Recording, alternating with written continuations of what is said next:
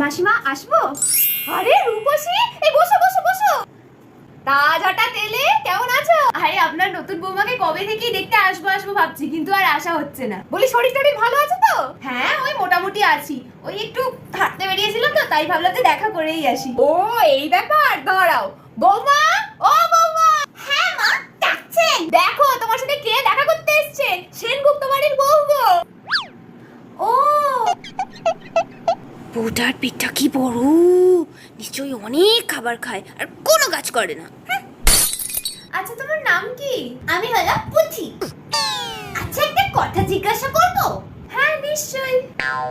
বলছি তোমার এই পেটটা তো ফোলা কেন? তোমার পেটের মধ্যে কি আছে? এর মধ্যে আমার ছোট্ট সোনা মোনার ছোট্ট বাচ্চা আছে, আমি বড্ড ভালোবাসি।